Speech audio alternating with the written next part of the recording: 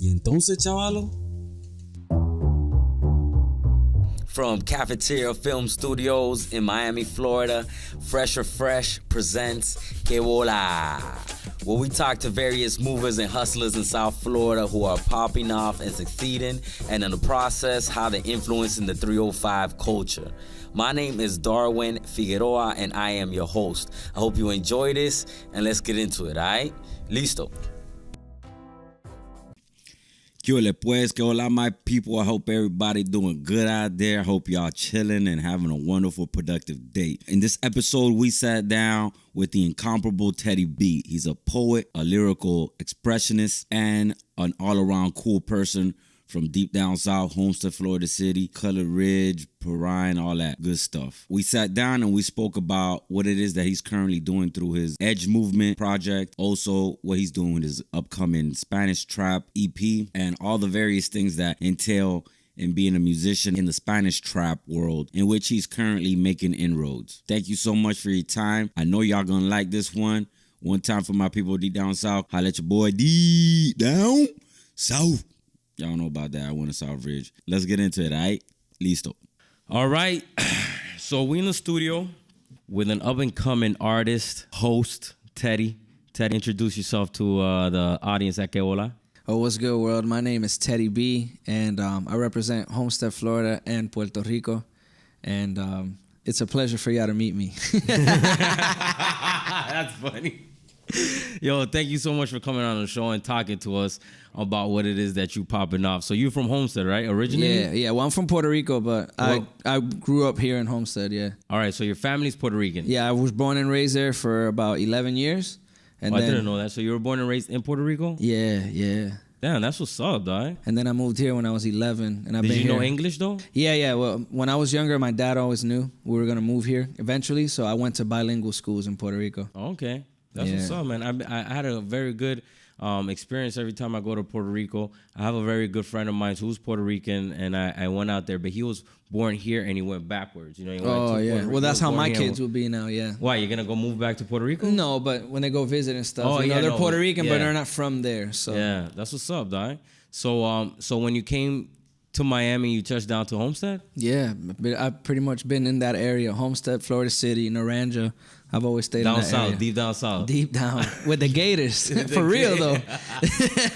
Deep down south. What high school did you go to? Well, that was funny. I went to Coral Reef Senior High School. Okay, so you went to a magnet school. Yeah, I was always that one kid, like, I would skip school with my friends, but I would still go home and do my homework. So I always had good grades. All right. So you were kind of like a troublemaker, but at the same time you were studious because you had to get your shit like popping. In Puerto Rico they call that like a microwave, un microondas. Pues yo caliento pero no cocino. Caliento pero no cocino. Like I'll get them hyped up, but I won't go that far because I still gotta make sure I go to school. I can't get suspended. I get you. So you went to Coral Reef. Were you like going into a magnet program when you went there? Yeah, I wanted to go for like visual and performing arts, but I found out about it way too late. So I just went for legal and public affairs. All right. Yeah, but I did criminology and stuff, so that was cool. After you went to No, that's what I went to Coral Reef for criminology, but I always wanted to do music and poetry, so that's all I ever did in Coral Reef. So you were doing music and poetry while you were in Coral Reef? Yeah, I would do like all the different Hispanic heritage shows, Black History Month shows, any plays, dances, talent shows. I was in everything. Damn, that's what's up, bro. And right now, you're still continued your poetry and you're still continuing the music, right? That's actually what I do for a living. Yeah. Mm-hmm. So tell me a little bit about your poetry. Like, when you do decide to like write a poem, first of all, what is it that you're doing when you're thinking about writing a poem? Is it like, does it just come to you, or are you saying I'm setting a certain time apart for me to go ahead and try to produce a poem? I try to do both. I personally feel like when I set a time apart to do it, I've officially made it work. And for me, it's like, I don't want to work. I just want it to be. So I try to be as organic as I can. I used to write a lot of stuff on my phone just to keep it there whenever the ideas came, but I'm really bad with phones. But what I used to do is I read the book by Jay-Z called Decoded. Okay. And on there, he broke down that the reason why he would never like write a verse was because when he was younger, he would always be out in the streets hustling. So he couldn't take a time out and write his verses down. Yeah.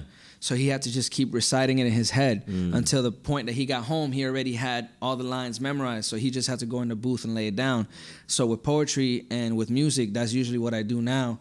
I'll just, throughout the whole day, I'll be working, doing whatever I have to do, but I'm still coming up with content in my head. And then when I finally sit down and I'm like, oh, you know what? This sounds way too far. I got to write it down. I just let it all out. All right. So, okay. I understand because, you know, I rap a little bit as well. So I kind of do the same thing. Yeah. Now, when you're doing that, at what point do you say, I need to write this shit down because I'm going to forget it? Yeah, if it's something like, if it's a real tricky wordplay or a line that I'm like, damn, I gotta write this because I'm not gonna remember it at all. Like, you know, like if I'm writing and it's something relevant to what's going on recently, I try to write it down so I don't forget it because, you know, like the way news are now, things come and go so quickly. Yeah. If you don't snap on it quick, then you're gonna like.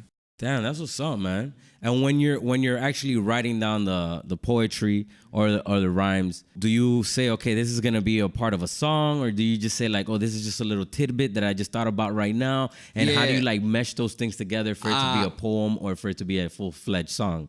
That depends on like once I get to working, how it is, because that's actually really how I approach it. A lot of times like I'll hear a song. Like me, since I do like Latin trap, I'll hear an English song and then I'm like, dang, what if I make this in Spanish? What if I do the Spanish version? So then I'll start doing it and I'm like, okay, no, I gotta write this down. This is gonna be a song. Or sometimes I'll hear some lines and I'll try to put it together. Like if I'll say something in relevance to whatever's going on now, like a LaShawn McCoy line, you know, that just happened now. You know, and then I was like, okay, well, let me see how it sounds. Can I do it fast? Can I do it slow? Sometimes when you put a beat on your words, then it just really takes away from the power that your words have. So sometimes I just want to know, do I want the words to be powerful or do I want them to accentuate something else? All right. Now, you touched on like the LaShawn McCoy, right? I'm going to ask you very specific. This is my fucking show, so I don't really give a shit. You know what I'm saying? But like, when you know how you just touched on something where shit is just like boom, in and out, right? Yeah. All right. So when you like say you come up with a badass line for like the LaShawn McCoy situation that's happening, do you feel like, okay, if I put this in a song, it's gonna be dated like in a week? Or do you just say, fuck it, I'm just gonna put it in a song anyways and just let it be dated forever? Yeah, that's what I'm saying. Like, it's kind of like hit or miss. It's like high risk, high reward with it, because it's like if this LaShawn McCoy thing breaks out even longer, then my song will still gain relevance. And if not, it will still bring up, like, I'm not saying I'm for or against. I really don't know exactly what happened with him. I just thought of something relevant. Yeah. But I do have, like, on one of my rhymes that I wrote a long time ago, I said, should I blast my friends for a meal? Is that making me meek? Yeah.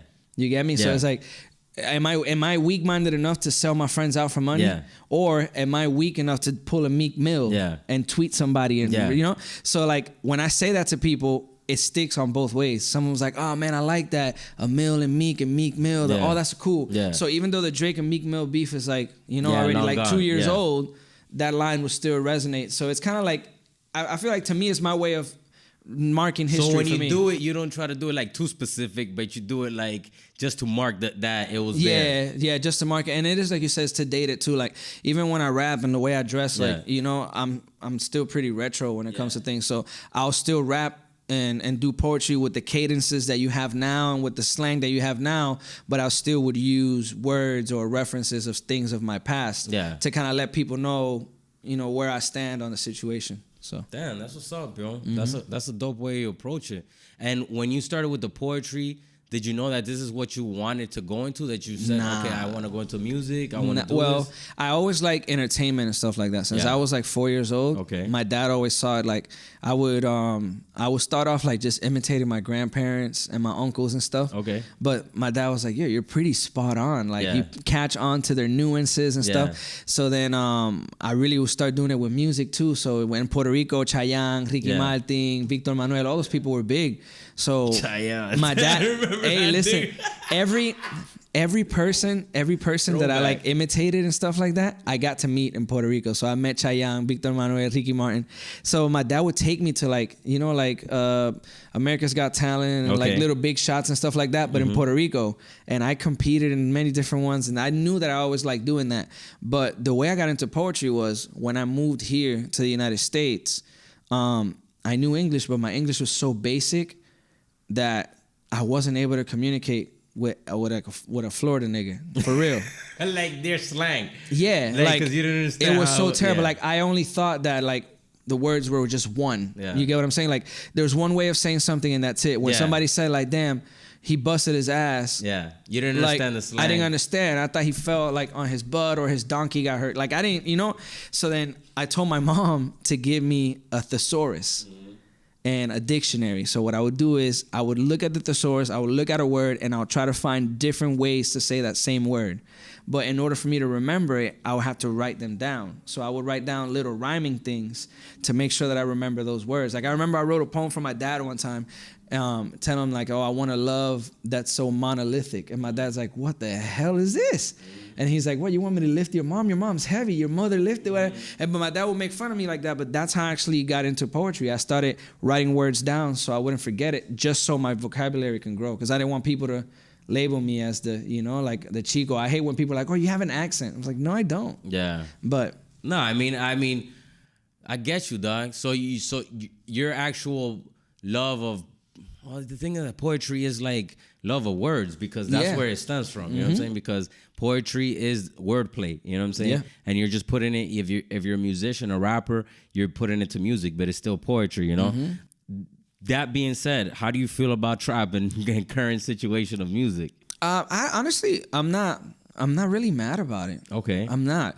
At first, I was a little bitter. All right. And then, with all due respect, this is one of my favorite artists. But when I saw Joe Budden like get really mad, or whatever, or like I see Ebro get mad, I'm like, yeah, he really does sound like the bitter old guy. You know? It does. So it sounds like that. I didn't want to sound like a bitter old guy myself. So I kind of just try to understand where they're coming from, and being like, I went to college for like art history. So I learned to really appreciate even the simplest thing as a form of art.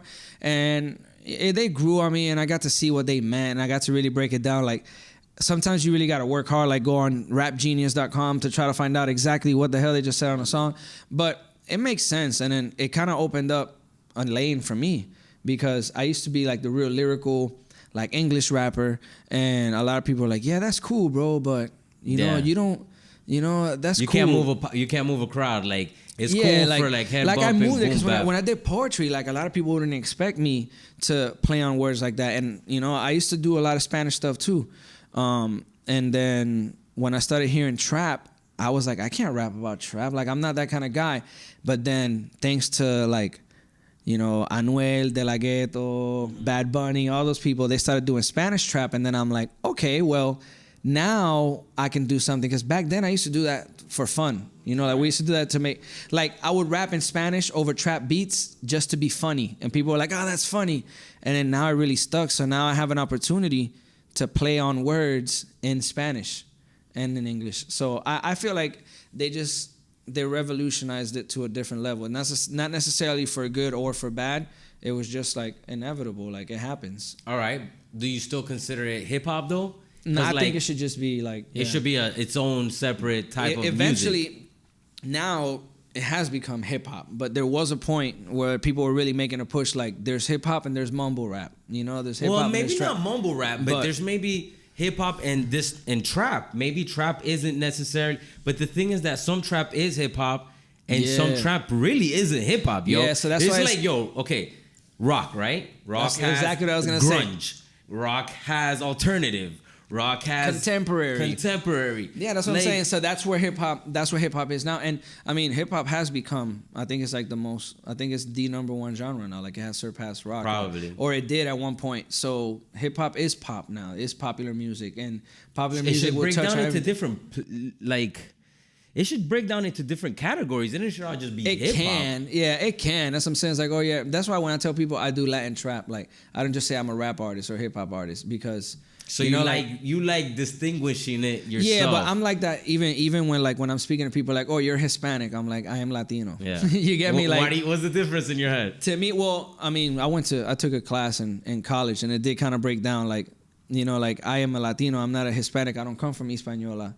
Hispanic was anybody who actually immigrated from Spain or used the Romance languages. That's what Hispanic is. Yeah, so that's why I was kind of like that, but I was more like Latino because I felt like I also, you know, like, I didn't just claim one of my roots in Puerto Rico. So I kind of went with it like, oh, I'm a Latino. I'm from Latin America. You get what I'm saying? But I mean, it is what it is. When Yeah. if somebody calls me Hispanic, I'm not gonna be like, oh, I'm triggered. No, I just let it ride. But if I'm gonna refer to somebody, then I would just be like, oh yeah, he's Latino. Okay, That's how I've I would always say it. wondered how people Just come like- up with when to call somebody a Latino, someone a Hispanic. I actually saw a YouTube video about that the other day, and I was like, "What's the difference between Latino and Hispanic?" And with once I called my friend Hispanic, he got super offended. Yeah, He's I don't get Mexican. offended, I don't know. but- He got yeah, offended as fuck, dude. Well, I live in Homestead, so Yeah. a lot of people, they feel like that. But even like the other day, with the situation of the kids in Thailand that were stuck in a cave, I was talking and I was like, damn, I don't know if they're Chinese or if they're Asian. I was like, I'm just gonna say Asian. Yeah. And my friend's like, does it matter? It's just us, you Yeah. know. And my daughter was there, but I was like, well, I just don't want it to be okay. Like at home, we could be like, oh, and then say like an offensive thing Yeah. for Asian, like, oh, Yeah. the chinky guy. Yeah. And then her one time be out in the street and be like, oh, dad, look, a Yeah. chinky guy, and be like, oh no, it's not okay now. So I just Right. chose to be politically correct, for myself. All right, I get it. That's what's up, dog. So when you go ahead and you decided to go into Latin trap, what was it that drawed you to it? Was it the fact that now it's getting attention and people are starting to like it? Is it the way that you could play within the bars? What is it? Yeah, that's what it was. It was pretty brand new still. Okay. And cause there's a saying like there's nothing new under the sun. So I mean I'm even seeing it now. A lot of Latin trap artists are also rapping in English and Spanish, but I felt like since it was so brand new and it was so like, it wasn't different, but it was relatable and at the same time a chance for me to be original. So I was able to jump onto the genre and then still rap in Spanish, have hard-hitting words, have a good play on words, and then also have a play on language, be able to switch back and forth in English and Spanish. Because one of my favorite things to do is rap an English word with a Spanish word. Yeah, so like I I'll love do a doing line. that. So that's one of my favorite things to do. So I felt like, okay, there's Bad Bunny, there's De La Ghetto, there's Anuel, but then there's space for Teddy to be Teddy. You get me? And with that, now I'm noticing how universal music has really become, like how the gap is really being bridged now. You got Justin Bieber and Luis Fonsi on a song. You get me? Like, like Drake, I've seen him post pictures with Nicki Jam, with Bad Bunny. Like they're working on stuff. So it's like, okay, so then maybe the route that I originally wanted to take of being a Latin artist in an English dominated genre may not work for me right now. Maybe too many odds are stacked against me and it's like a battle that will take me longer to win. Or maybe I could just go into Latin trap and then show them that, hey, I'm a Latin artist and I also do English too. And then they'll be like, damn, man, you're really dope in English too. And then I'll just make my way there. Isn't that the biggest challenge in the world? Rhyming Spanish words with English words? Yeah, I love it because it's a challenge. I love anything that's a challenge. Yeah. So it is, but it's fun. It's really fun for me. Fucking like so fun, bro. In my SoundCloud, I got some stuff like that. Like that's what I've really been trying to do now. I hear a song and then I'll just make the English version, like the Ahora Dice. Yeah. I completely made the hook back in English and stuff like that. I posted it on my SoundCloud. It's a fun thing for me to do. I feel like, and then now in Instagram and the way the social media and everything is, it's easy and hard to blow up. You get me? Yeah. It's easy because anybody can put up a video doing a cover, but it's hard because how is your cover different? Yeah. So a lot of times I put them up to promote my page and stuff like that, and it's something that people can catch on to, and then from there they can hear my original work too and be like, oh wow, so this guy's just dope all the way around. All right. And do you also produce, or do you only do like lyrics? Well, I'm a better writer than anything. For producing, I have an ear. Like I know what I want to hear, and I know how I want it to sound. I just don't know how to put it together. I don't know what key it is on a keyboard. Luckily, though, I have a lot of friends that do understand like my weird stuff. Like shout out to Kid, that's one of the biggest persons, and A. Beats. Those are two people I work with. That sometimes I'm like, nah, man, I hear like a tss, and then they'll grab the hi hat and like, oh yeah, you mean this hi hat, right? Mm-hmm. I'm like, damn, like he'll play like 4 different hi hats, but he knew the one I was talking about. It's weird, but I like more writing. But I do also sit there and listen to beats. Like when I want to pick a beat, sometimes I'll sit there and hear like 5, 6, 7 different beats, and then I'll hear the one that I like, and I'm like, oh man, this is the beat. I'm gonna do this, and I'll go play the next one just to see how that next one feels too. So like I really give myself a real long vetting system before I grab the beat and be like, okay, there has to be dynamics to it that I like. That's why I do like when I work with somebody and making it right there on the spot. But my thing is the words. I feel like I can take a simple beat, and if I have enough melody, I feel like I can turn that beat and change it and make that song, Because because some of them, it's like I was saying before, some beats need to be more simple so your words can be more intricate, and then some beats are so intricate that all you need is just simple words to make it pop. Yeah, like accentuate. So when you, all right, so have you put together an EP of which you wanna like? Well, yeah, right now I have like I guess it is kind of like an EP, but on my SoundCloud account I have all the songs that I've been recording.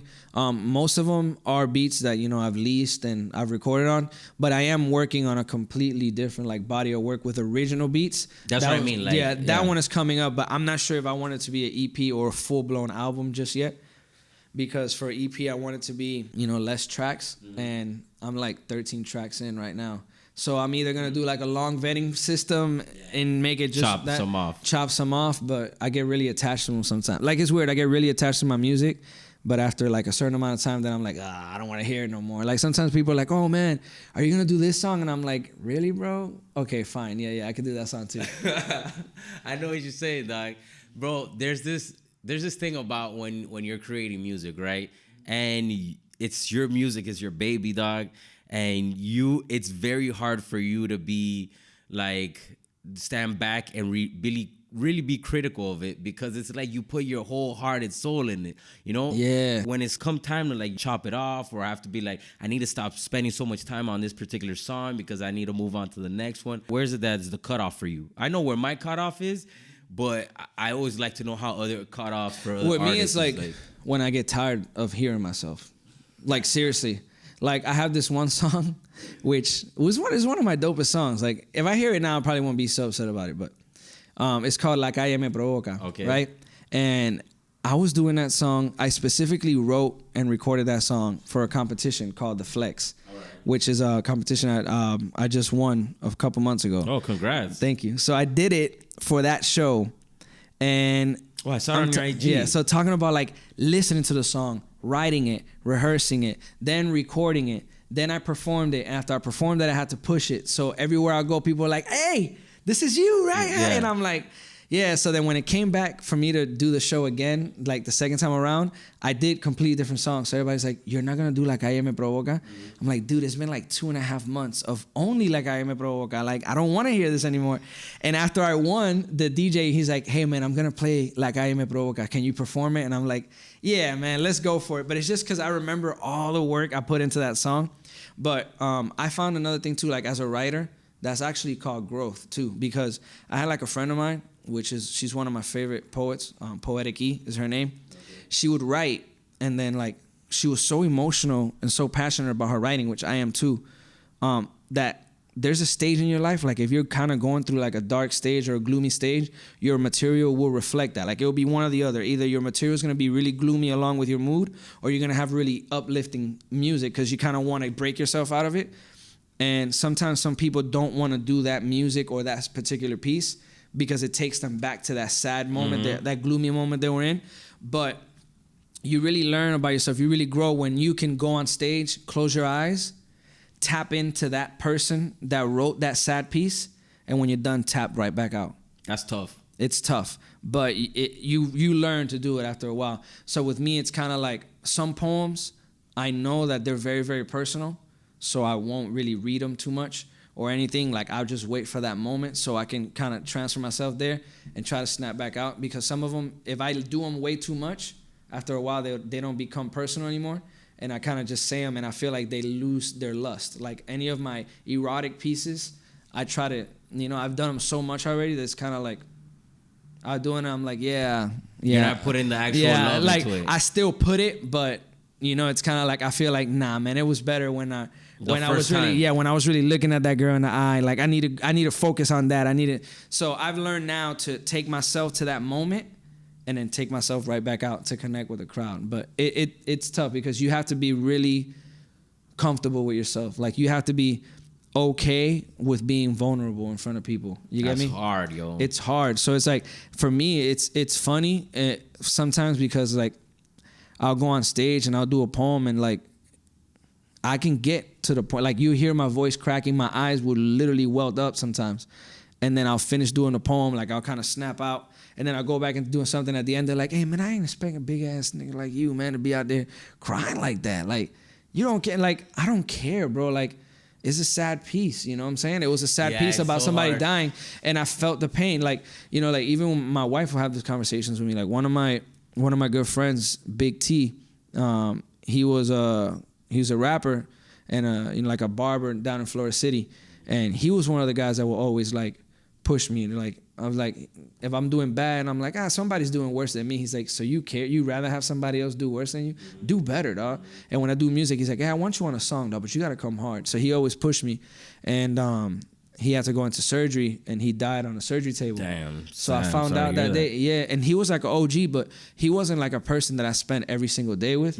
But he was somebody I looked up to. So when I found out he died, like, I went into the bathroom and I cried for like 20 minutes. Like, I really did. And I came out, I wiped my tears, and then I went to work, and my girl was like, you straight? Like, I'm like, yeah, sometimes you just gotta cry stuff out. Yeah. You get me? So like, I'm okay with admitting, like, yeah, man, I was mad. Yeah, I was sad. You know, or if I'm very excited, I don't mind acting upon my emotions. Because two things are gonna happen. Either one, I'm gonna show somebody else that it's okay for you to be okay with yourself. And if I'm wrong, I just open up the door for you to tell me, hey, look, bro, like, maybe this is not the time and place. And now me and you can have a conversation and be like, okay, now I can understand your point of view. So sometimes I don't mind being strong and wrong with my emotions. You know, because if I'm out of place, then I'll understand. And it gives me opportunity to learn and to apologize sometimes, you know, because a lot of times people don't want to do that. Sometimes people don't want to tell you that what you're doing offends them because they're scared that you don't want to apologize or how it's going to be after, you know?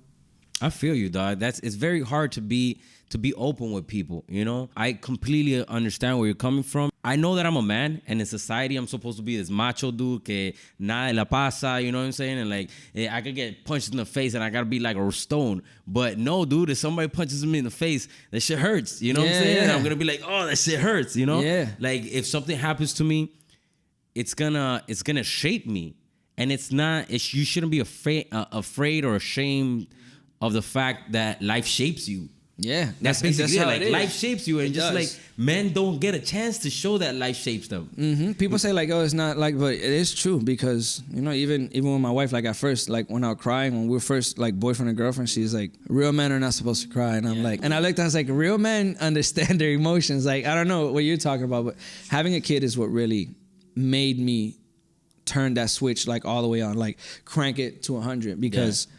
When I had my daughter, like I could tell her something, but at first when she was a baby, like anything I would tell her words wise, she would never capture. But I noticed that with my eyes, I'll be able to communicate. So if I looked at her, like if I was loving and my eyes were true and I stayed connected with her as I was talking to her, she would understand. So it didn't matter if I was upset or if I was happy, I always make sure I made eye contact because you can't fake the funk with them. Yeah. You know, like I could tell you, hey, you know, whatever, I'm going to give you this. But if I didn't make no eye contact or if she couldn't read my body language, she wouldn't understand.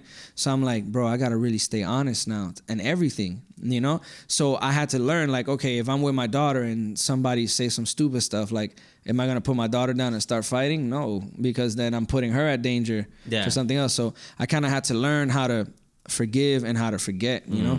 I feel you, dog. You know, what you don't like in other people is sometimes what you don't like in yourself. So I had to really put myself in the mirror and be like, why don't I like this guy? Oh, because he brags too much. Maybe I don't like that I be doing that. So how would I approach myself? So I just learned about myself to the point that I understand that some people are just ignorant in the most literal way of saying the word, like ignorant. They just know no better. Yeah. So instead of me entertaining you, sometimes I'd rather just, oh, you won. Yeah. Yeah, no, I completely agree, dog. I stepped up on Teddy, boy, and that boy got froze, man. He left.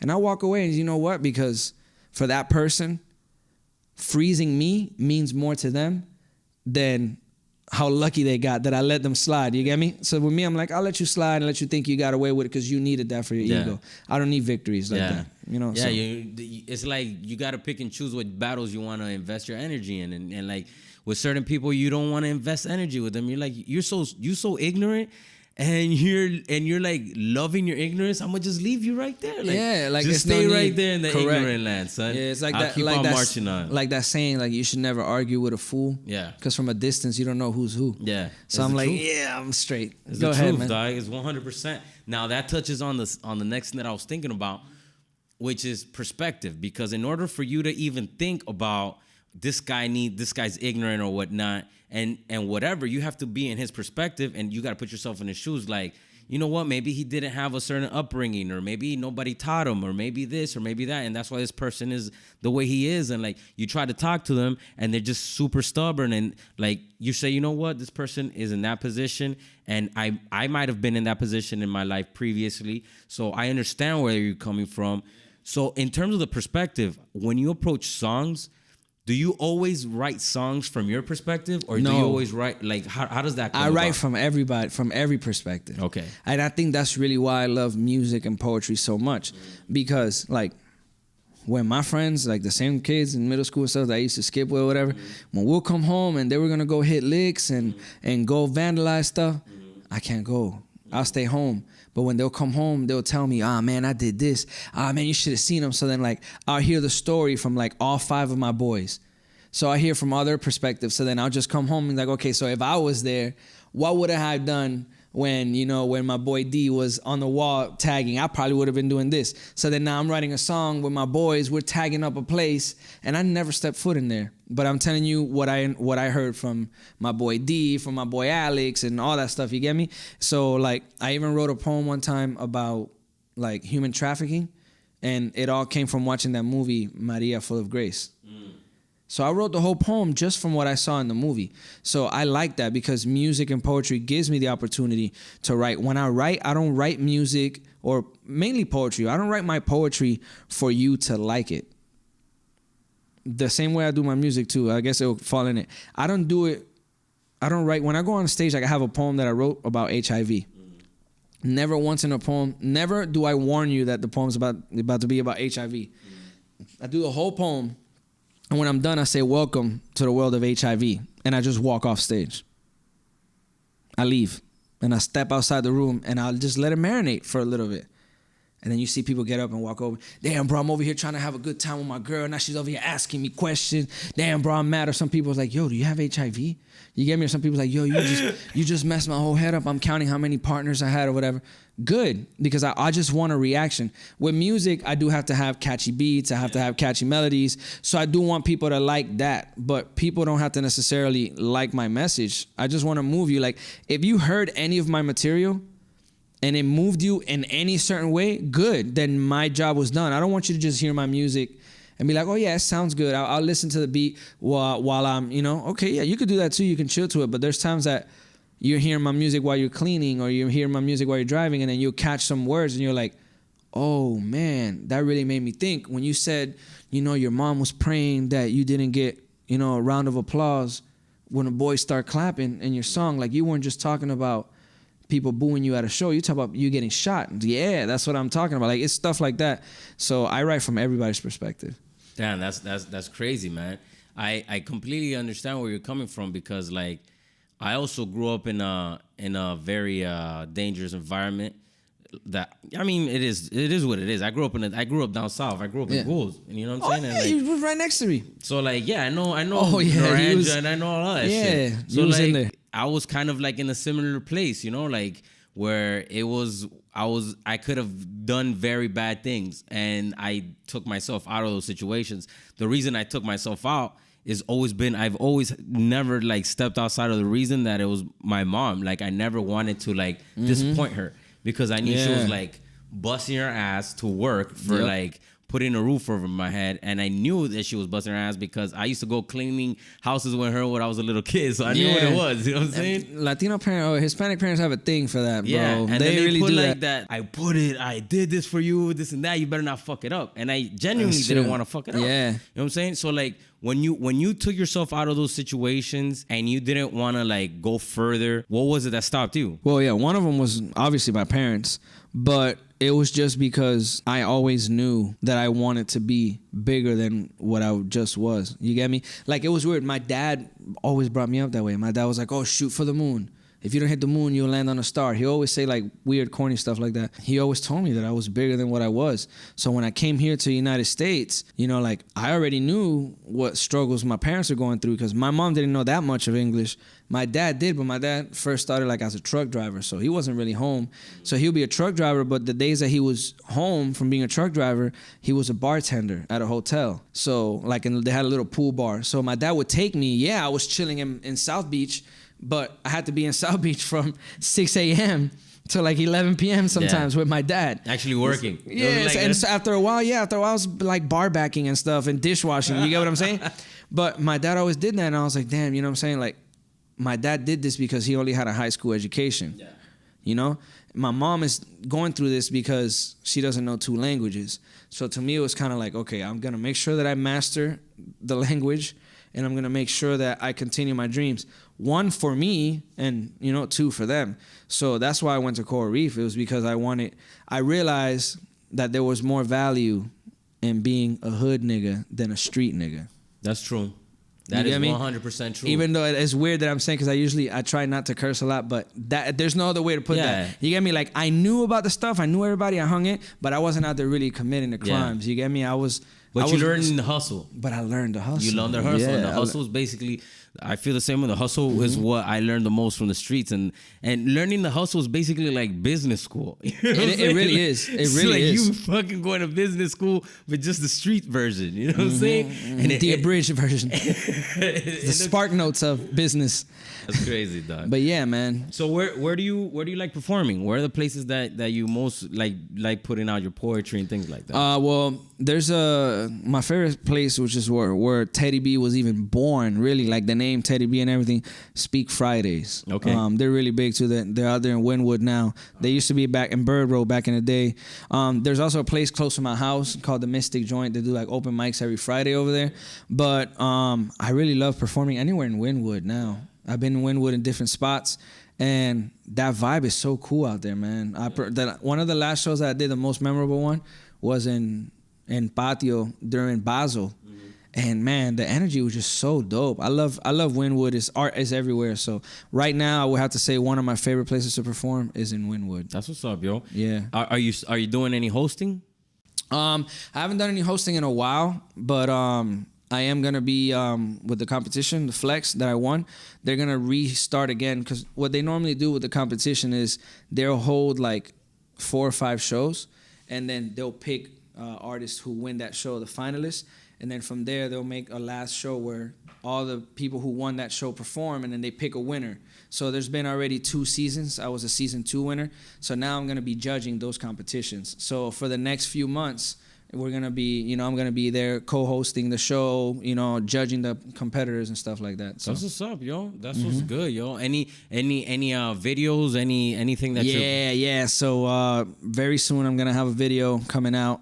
It's a double video. So I did this song. One of them's called Balas, and the other one's called Animales. And they're both 2 like real high energy songs. So for this show, for the Flex, this was one of my competing sets. I mashed those 2 songs together in one set, and the turnout was so crazy, like it was so lit, everybody loved it, that I decided to just take it and make it a video. So it's a double video, and it should be soon. So yeah, like probably now around this, late summer. All right, before school starts and stuff. That's what's up, bro. That's what's up. And if people want to reach out to you, where can they hear your music? Well, if you go to my Instagram, OBR_TED, on there I have my SoundCloud link. Or on SoundCloud, you could go SoundCloud /Southside Ted all together. And you'll be able to hear my music there. I have, like I said, everything's bilingual. It's, it's the way that we talk, the way that we speak in my house, half English, half Spanish. Yeah, everybody talks in Miami. Yeah, because you know how people say like, Cuban people speak really fast and Dominican people speak in rhythm. It is true. They say that Puerto Ricans speak Spanish, English Corrido. And Spanish. Yeah, but like our Spanish is English. Yeah. It's weird. So yeah, we don't say camión. We say tro. Yeah, you get me? That's true. Yeah, it's like we don't say cereal, conflate. You know what I'm saying? Like conflate can be Cap'n Crunch, can be Fruity Pebbles. Yeah, but it's just we still call it conflate. Yeah. That's what's up, yo. Bro, I appreciate you coming through, dog. If people wanted to get in contact with you personally to like collab, is that something that you're open for? Absolutely, always. And also, I just want to put out there before the interview is over, if you want to learn more about myself and what it is that I do too, I highly recommend you check out www.themotivationaledge.org. That is the website that for the company which I work at. Okay. So I'm a teaching artist, a lyrical expression teaching artist. Okay. So I teach at-risk youth how to express themselves through lyrics and through I music. saw that on your IG, but I didn't particularly know what that was. Yeah, like there's a bit actually that should be posted up too in Telemundo. They did a spotlight on it, but I think it's just a great company, and we're a nonprofit organization. Okay. So we're always open to people donating and helping out. So like if there's anybody that's hearing this right now that's always looked to help youth with anything, graphic design, choreography, anything like that, we're always open to do that. We do have resources and people out there. We've expanded from Miami to to Pompano, West Palm Beach, Fort Lauderdale. Now we're all throughout South Florida. Now we're in Tampa, Tallahassee, Jacksonville. City. So we're moving, and it's a big growing company, and we do everything for the kids, man. That's what we do. So that's what really molded me, music wise and everything, because I'm teaching kids how to rap, so I can't let them go out there and be like, hey. So I had to clean up my music. So that's another thing that sets me apart, is I don't curse in my music. You don't curse in your music at all? At all. I don't curse, nor do I use and I don't really glorify the street life like that. Like I'll talk about it on a past tense, but if you ever hear my music, I always find a way to bring it back to a positive. So in either English or Spanish, no cursing. That's something to applaud, yo. It's hard to do that. I remember who was it that never cursed? Like, Guru, was it? I don't know. I know that with me, like the one person I saw like that, back then I thought it was whack, was Will Smith. But I loved Will Smith though. That's not. Yeah. When I moved here to Miami, it was right when Big Willie Style came out. Yeah. So I'm blasting "Welcome to Miami." And I get a Homestead and people are looking at me, and I'm playing "Welcome to Miami." I'm getting jiggy with it in the living room, and everybody's like, "Dog, what are you doing, bro? Yeah. That's corny." I'm like, "Who do you guys listen to?" And that's when I got introduced to Trick Daddy and the infamous Cash Money Records taking over for the 2000. When I heard that, I was like, oh man, coming hard. I was like, that wasn't no getting jiggy big fine woman. I was like, back that thing up. Go ahead. That's how I learned. But yeah, man. So that's what's up, yo. Shout out to The Edge, man. They gave me opportunity to become as big as I am now as an artist. They really believe in me. They push me every time I have a show. They're all there. Every time we're doing something, we're kickstarting a program, we're always there. We work with different kids, juvenile facilities, foster homes, homeless shelters, those kind of things. My brother-in-law was with the Gang Alternative. Oh, that's cool. Yeah. That's real cool. He's actually the director of the Gang Alternative for Little Havana. Oh, that's dope. So see, those are the kind of people we gotta get in contact with. And stuff. No, I did one of these. I interviewed the director of the Little Haiti Cultural Complex recently, That's where cool. they also have like programs for youth and whatnot. They teach them how to do graphic design, how to actually screen print. There's an entire room where you can learn how to screen print and things like that. They have a bunch of awesome things like that for the Irish community. Yeah, man, they need that, man. They need something. They need a way to express themselves or something. Not that they're gonna necessarily, be the next big thing in that, but that will probably open their eyes to do something else. Yeah, give them some purpose. That vocation does really help. Yeah, you're not just gonna go and flip burgers. Yeah. You know what I'm saying? And say the ice cream machine is broken when you don't want to make shakes. Yeah. Just because that's where you're destined to be. Just because you couldn't get grades to play in school. Nah, man. Like, you may be really good with the pen in another way. Or, you may be a really good dancer. And now or not necessarily that. You may be very good with your hands. You could become a mechanic. You know what anything. I'm saying? Like some people learn. I had a kid. There's other avenues. I had a kid that used to fight a lot. So even in the DJJ, he used to get in fights with kids, and it was pretty bad. But when he got out, he started writing a lot, and then through that, he realized that he did have a passion though for fighting. He did it. He's like, but he just didn't want to do it in a negative way. Yeah. So he went to high school. He went to get his GED. After he got his GED, he enrolled in college, and then he enrolled in a boxing gym. That's what's up. And then now I think he probably already had or is about to have his first amateur fight in New Jersey. So he was like, bro, I'd really like to fight. I just wanted to make sure that it didn't cost me anything. Yeah. But it was the right way. It was through the motivational edge. He was like, okay, well, let me get my stuff together. Because I always tell the kids, grind hard, stack your chips, and stay away from the BS. Yeah. That's just how it is. Work hard, do what you got to do, keep that money. That you need money. You need money for everything. You always have some money on deck for whatever you want to do, and that's it, bro. And go for it. I feel you, son. I feel you, dog. Well, thank you so much, bro, for swinging through, talking to us, expressing yourself, opening yourself up to the podcast audience and to people in general in South Florida. Do you have a next performance that you know you might be doing? Well, that's gonna be in a couple months too. That's gonna be coming up at the Flex. But I usually do little random performances here and there too. I'll do some pop-ups. So if you follow me on Instagram, I'm always really good at letting people know. I understand my crowd is between the ages of 24 and 30. Okay. So I give y'all like 2-day notices so you can call out, you know what I'm saying? Or whatever you got to do for work. But yeah. That's what's up. All right, bro. Thank you so much, man, for swinging through. Appreciate it, if you guys out there like the show, feel free to subscribe it, rate it, and share it with your friends. Share it with your family members, and share it with people you hate. Just share this shit, all right? Y'all be easy. Take care. It's Darwin, Que Bola podcast. Late.